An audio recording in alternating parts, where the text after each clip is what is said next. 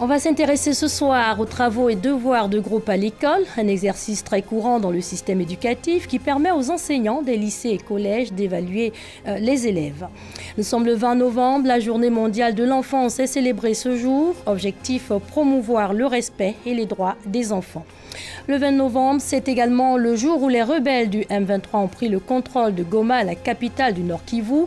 C'était en 2012, en République démocratique du Congo. Ce sera votre éphéméride. Bonsoir à tous et bienvenue dans cette édition. Le 20 novembre marque donc la journée mondiale de l'enfance. L'objectif de cette commémoration décrétée en 1954 est de promouvoir le respect et les droits des enfants. En effet, des millions d'enfants ne sont pas scolarisés et ne bénéficient pas de protection sociale. Enfants, prenez les commandes, en anglais Kids Take Over. Par ce thème, le Fonds des Nations Unies pour l'enfance, UNICEF, cette année, invite les enfants du monde entier à prendre les commandes dans les domaines de la politique, des médias, du sport et du divertissement. On s'intéresse à présent aux travaux et devoirs de groupe à l'école. L'exercice très courant dans le système éducatif permet aux enseignants des lycées et collèges d'évaluer les élèves. Question, les résultats de ces travaux reflètent-ils le niveau réel des élèves? Ces derniers s'impliquent-ils réellement lors de ces travaux de groupe? On fait le tour de ces questions avec Juliette Ouya. Des élèves de 4e se mettent par petits groupes pour tenter de résoudre un exercice. Leur professeur leur a en effet donné un devoir. Une note sera valable pour tous les membres du groupe. Mais quel est l'objectif du travail de groupe, à qui incombe la constitution des groupes de travail? Approximativement, combien d'apprenants par groupe? Par cet exercice, le professeur amène ainsi les enfants à fouiller les livres, les cahiers, ainsi de suite, pour découvrir par eux-mêmes les connaissances à acquérir. C'est le professeur qui forme les groupes. Parce qu'il a des objectifs à atteindre, c'est en fonction de ces objectifs qu'il forme le groupe. Et comme il connaît ses élèves, il forme les groupes en fonction de la personnalité des élèves. Parmi eux, dans sa tête, il y a certains qui seront les leaders du groupe, compte tenu de ce qu'il sait de ses élèves, selon leur personnalité, selon leur rendement. Au moment où on avait des effectifs acceptables, au plus de 5 élèves, ça va. Ça permet d'amener chacun à faire sa part dans le groupe. Mais aujourd'hui, avec les effectifs pléthoriques, vous comprenez qu'on peut retrouver 10 élèves par groupe. Le travail des élèves en petits groupes est donc à la fois une méthode et un moyen pédagogique. Mais les enseignants n'y recourent pas de façon systématique. Il peut arriver que le professeur sente le besoin de donner un devoir de groupe parce qu'il est pris par le temps. Quand la fin du trimestre est proche, qu'il se rend compte qu'il n'a pas les notes requises, alors ils ont le besoin de faire un travail de groupe afin de corriger rapidement le devoir et d'être dans le temps pour pouvoir finir le trimestre. Au cours du trimestre, je donne au moins 2 fois les devoirs de groupe.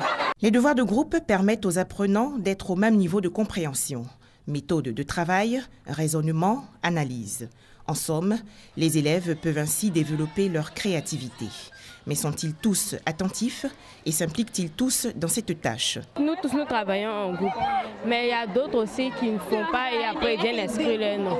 Quand les professeurs donnent les exercices de classe, certains ne font pas les exercices. Ils préfèrent laisser la tâche à d'autres élèves.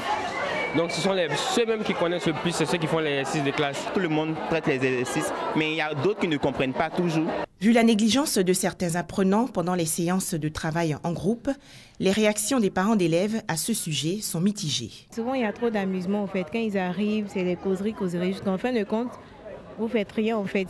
L'heure arrive et puis chacun rentre chez lui. C'est pas parce que lorsque le professeur donne les exercices en groupe, d'autres profitent de la situation, ils n'étudient pas, ils se disent non, il y a telle personne qui a fort, bon, profite et puis la note est partagée à tout le monde. Je préfère les exercices en groupe parce que chacun apporte au moins ses idées et puis bon, et ça marche quoi. Le travail de groupe est indispensable pour l'élève comme pour l'enseignant.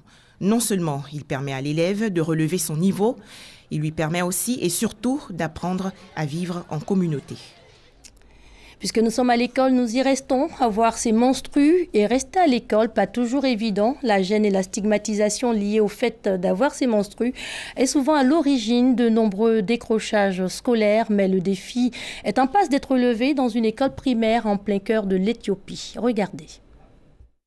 Dans cette école primaire, les élèves participent à une classe un peu particulière. Ici, on parle des règles et on explique aux élèves en quoi consiste la puberté féminine. Un sujet encore bien trop souvent tabou en Éthiopie. Dans les zones rurales où le mariage précoce est courant, certains pensent que les règles sont provoquées par des rapports sexuels. Nous enseignons aux élèves que les règles sont un don de Dieu. Nous leur apprenons que ce n'est pas une maladie, mais que c'est naturel et biologique.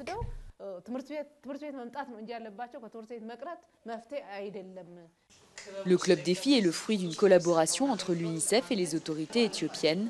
Seulement 54% des filles de ce pays terminent l'enseignement primaire. Beaucoup arrêtent à cause des douleurs pendant leurs règles et aussi à cause de la stigmatisation. On avait l'habitude de laisser nos livres et nos cahiers à l'école et on partait. On ne revenait pas avant longtemps quand on avait nos règles.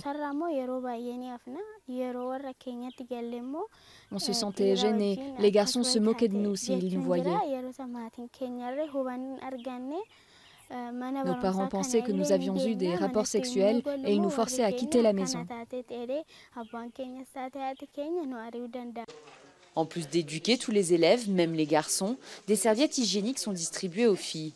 Un bon moyen pour éviter qu'elles quittent les cours par peur d'être repérées par leurs camarades de classe.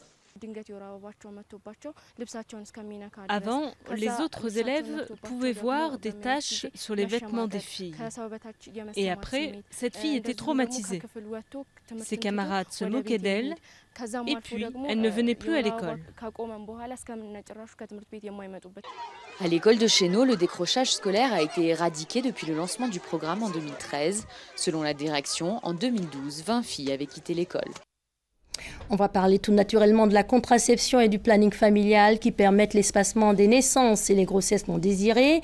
On estime à 214 millions le nombre de femmes dans les pays en développement qui n'utilisent aucun moyen de contraception.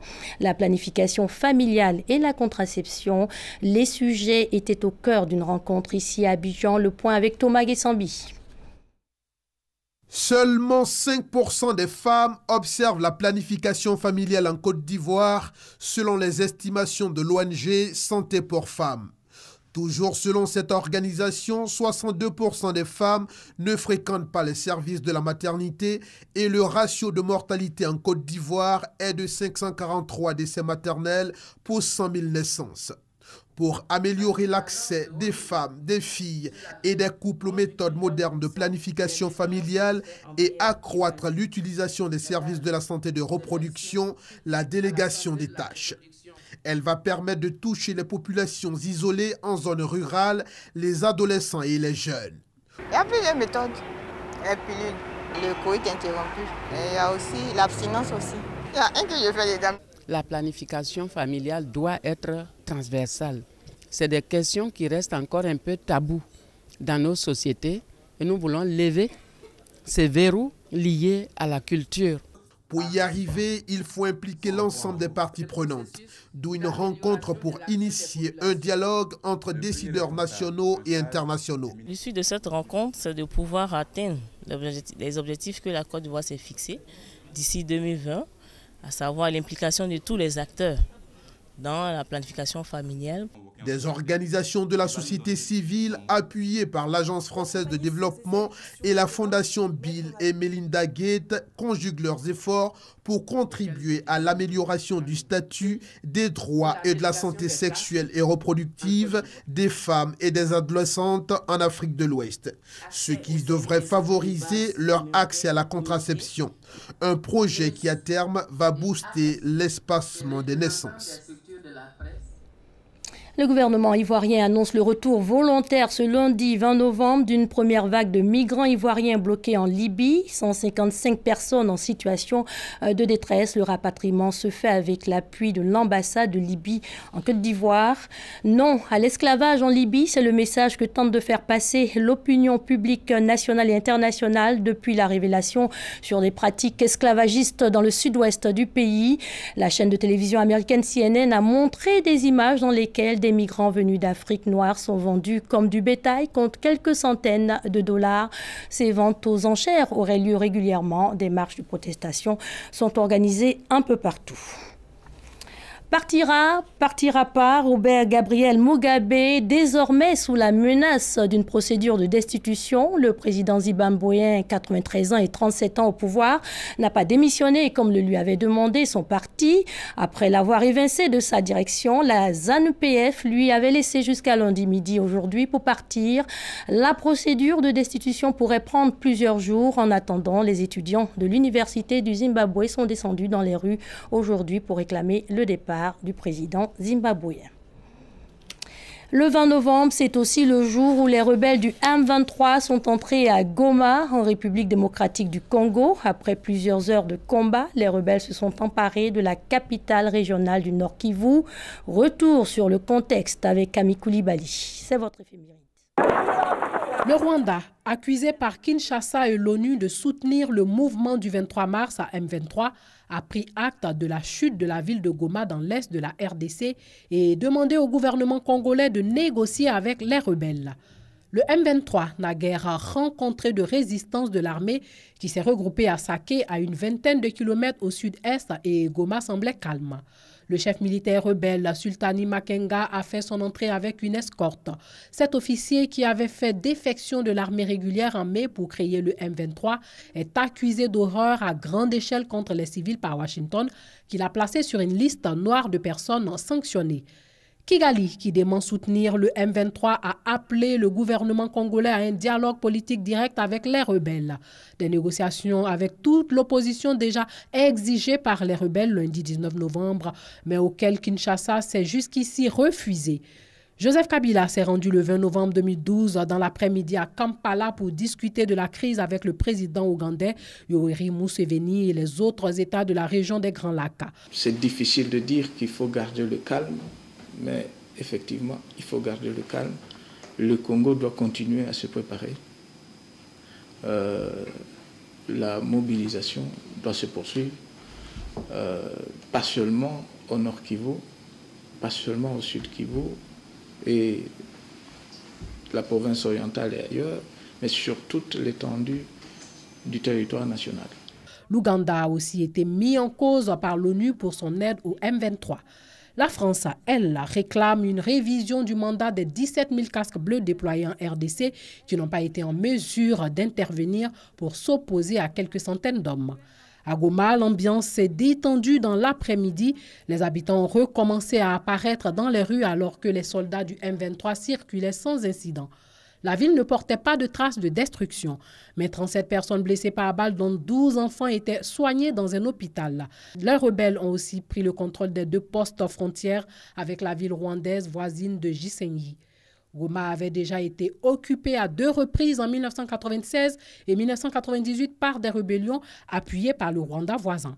En 2008, une précédente rébellion menée par Laurent Nkunda s'était arrêtée au port de la ville après avoir défait l'armée. Les nouveaux combats de ces derniers jours ont provoqué d'importants mouvements de population et notamment le déplacement de camps entiers de populations désormais affamées, 100 000 déplacés selon Médecins sans frontières.